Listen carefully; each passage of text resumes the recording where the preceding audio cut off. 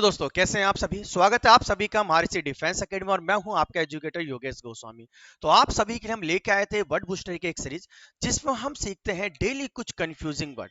और ये confusing word वो वर्ड होते हैं जो हमारे एग्जाम पॉइंट ऑफ व्यू से बहुत ही ज्यादा इंपॉर्टेंट है और बहुत ज्यादा इसमें हमको डाउट होता है, कंफ्यूज होता है। और आज हमारा जो वर्ड होने वाला है वो है deny and refuse. Deny and refuse दो ऐसे वर्ड है जिनका मतलब बिल्कुल सिमिलर है लेकिन दोनों का यूज अलग है और एग्जाम के पॉइंट ऑफ व्यू से बहुत ज्यादा ये इंपॉर्टेंट क्वेश्चन होते हैं। और आज हम आपको ये दोनों शब्द बहुत ही आसान तरीके से सिखाएंगे और आपसे प्रॉमिस करते हैं कि आज के बाद ना तो आपको कभी इस वर्ड में डाउट होगा, कभी कंफ्यूजन होगा और कभी इसको आप भूल भी नहीं पाओगे। तो पूरी वीडियो को बड़े ध्यान से देखना। स्टार्ट करते हैं हम आज के लेक्चर को, डिनाई और रिफ्यूज। चलिए, तो सबसे पहले समझते हैं हम इन वर्डों का मतलब क्या है। अगर मैं डिनाई और रिफ्यूज की बात करूं तो दोनों एक वर्ब है, दोनों ही क्रिया है, दोनों ही वर्ब को रिप्रेजेंट करती हैं। डिनाई का मतलब होता है of A past action Daniel, मतलब कोई एक ऐसी पिछली घटना, पास्ट में कोई घटना थी और आप उससे इनकार करते हो, मतलब आपके पास्ट में कोई घटना घटी और जब आपसे कोई पूछता है तो आप उसके मना कर देते हो जी नहीं जी, मैंने तो ऐसा कुछ देखा ही नहीं या मेरे साथ कोई ऐसी घटना नहीं घटी। मतलब पास्ट में आपके साथ जो हुआ उसको आप एक्सेप्ट आज करने से मना करते हो, आप एक्सेप्ट करने से मना कर रहे हो कि नहीं जी ऐसा कुछ नहीं है। तो ऐसी कंडीशन को बोला जाता है डिनाई। मतलब ऐसी क्रिया में आपको क्या करना होता है, आपको डिनाई करना होता है, अपनी बातों से आप डिनाई करते हो। कब? जब आप किसी पास्ट एक्शन के लिए मना करते हो।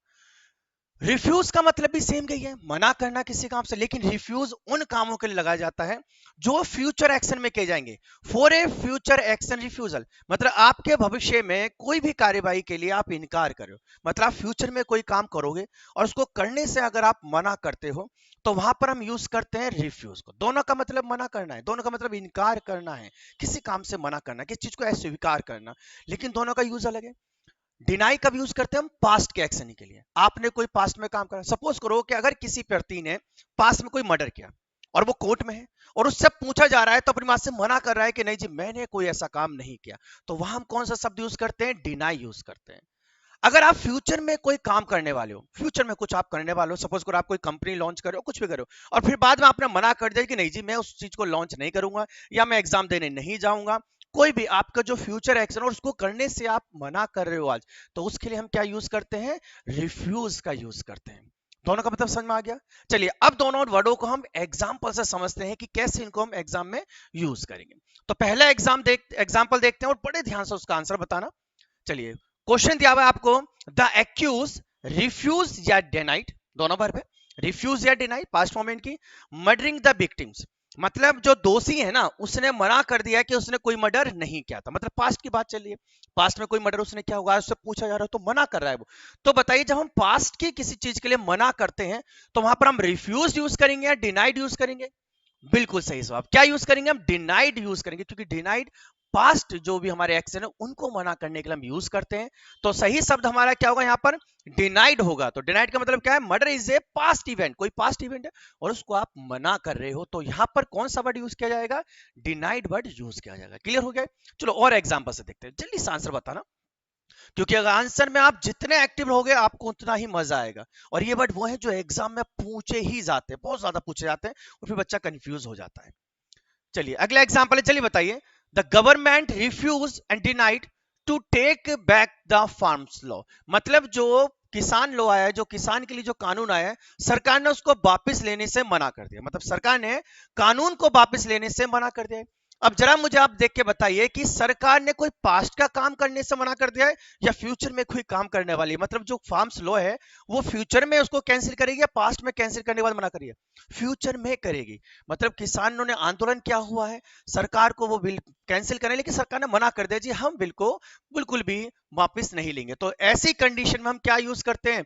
रिफ्यूज का यूज करते हैं, क्योंकि डिनाई लगाया जाता है पास्ट एक्शन के लिए और रिफ्यूज लगाया जाता है फ्यूचर एक्शन के लिए, मना किया जाता है। तो इसमें हमारा जो सही शब्द होना चाहिए था वो क्या होगा? हमारा रिफ्यूज वर्ड होगा। क्लियर हो गया? और एग्जांपल देखते हैं, the minister issued a denial और refusal of the charges against him, मतलब जो एक मंत्री है उसने ऊपर लगाए हुए चार्जेस को मना कर दिया। अब बताओ, अगर आप किसी नेता पे कोई चार्ज लगा रहे हो तो वो चार्ज उसके फ्यूचर एक्शन के लिए लगाओगे या पास्ट एक्शन के लिए? पास्ट एक्शन होगा कि उसने पास्ट में जो गलतियां करी हैं, जो भी उसका कर्म है, पास्ट में जो गलतियां करी उसके लिए आप उस पर चार्जेस लगाओगे, और उसने मना कर दिया जी ऐसा मेरे साथ कुछ हुआ ही नहीं है, तो वो पास्ट एक्शन के लिए मना कर रहा है। और पास्ट के लिए क्या लगाते हैं हम? डेनियल लगाते हैं या रिफ्यूजल, क्या लगाएंगे बताओ? डिनाई यानी कि डेनियल लगाएंगे, डेनियल यहाँ पर हमारा नाउन बन जाता है, तो डेनियल लगाएंगे हम। तो यहाँ पर हम यूज करेंगे Daniel. And the charges for a crime is past action, इसलिए हमने क्या लगाया यहाँ पर, डेनियल शब्द को हमने यूज किया है। चलिए एक और एग्जांपल जल्दी बताइए इसका आंसर अब आप। द डेनियल या refusal of the bank to give us a loan and crush all our hopes, मतलब बैंक ने ना हमको लोन देने से मना कर दिया और हमारी सारी आशाएं टूट चुकी है। अब बताओ बैंक आपको लोन पास्ट में दे रहा था या फ्यूचर में देगा? फ्यूचर में देगा ना, मतलब फ्यूचर में आपको जो लोन मिलने वाला था उसको देने से किसने मना कर दिया? बैंक ने मना कर दिया है। अब बताओ ये काम पास्ट है फ्यूचर है? फ्यूचर है। और फ्यूचर है तो यहाँ पर क्या आना चाहिए? डेनियल आना चाहिए या रिफ्यूजल आना चाहिए? बिल्कुल सही जवाब क्या आएगा यहाँ पर? रिफ्यूजल आएगा, मतलब बैंक ने आपको फ्यूचर में बैंक देने से, लोन देने से मना करेगा, हम आपको लोन नहीं देंगे। तो यहाँ पर कौन सा वर्ड यूज करेंगे हम? रिफ्यूजल यूज करेंगे, क्योंकि बैंक की जो ये प्री एक्टिविटी ये सब फ्यूचर एक्शन के लिए बताई जा रही है। क्लियर है सबको?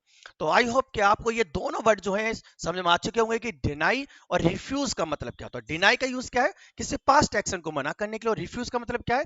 किसी फ्यूचर एक्शन को मना करने के लिए।